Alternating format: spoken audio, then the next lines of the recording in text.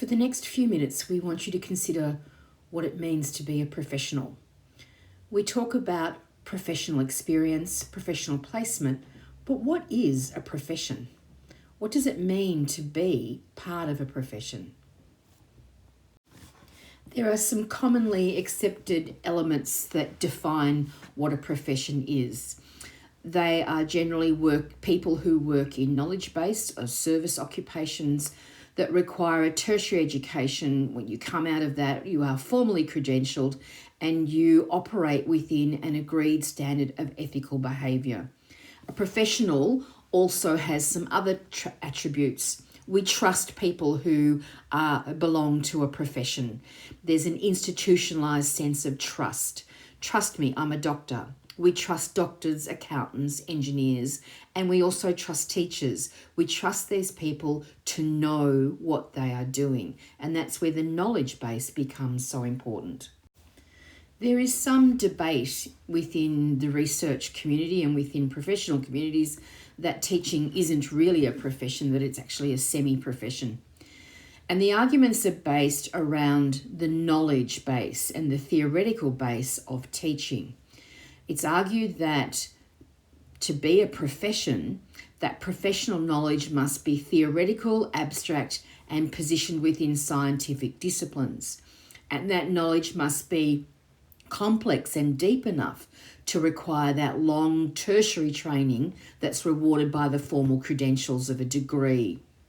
But teaching is seen as semi-professional, largely because people in the academic world see that theoretical knowledge is being replaced by practical knowledge, and that theoretical knowledge is being replaced by standards frameworks. And we can see that a lot in your own degrees, that standards and practical knowledge is what's driving a lot of what you are being taught, rather than the theoretical and abstract knowledge about education. And we need to think about why that's the case. Medicine was the first profession. It's been used as the benchmark against which other professions are judged to be a profession or not. And teaching and nursing are considered newcomers to this rank.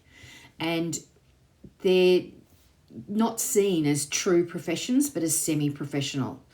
And the arguments are really based on the knowledge base of teaching and of nursing. And these are seen as more intuitive and interpersonal, thin, fragmented, peripheral, other words like that.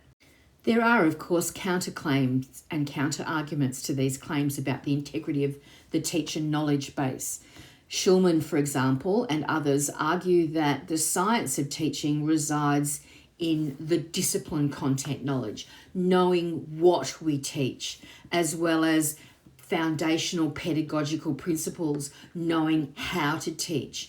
And Schulman argues it's where those elements of our teacher knowledge come together, that pedagogical content knowledge, that is where the strong, deep, complex knowledge base, that blend of theory and practice, warrants us to be considered as teachers.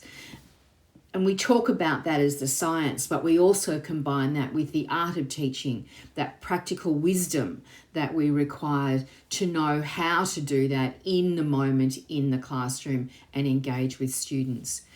A more cynical argument about the debate about whether teaching is a true profession or a semi-profession could see these claims being made as gender-based arguments from professions such as lawyers and medicine and engineers and accountants that have traditionally been dominated by men, commenting on professions such as teaching and nursing that have traditionally been dominated as women. But that's a cynical view, and I'll leave you to make your own conclusion.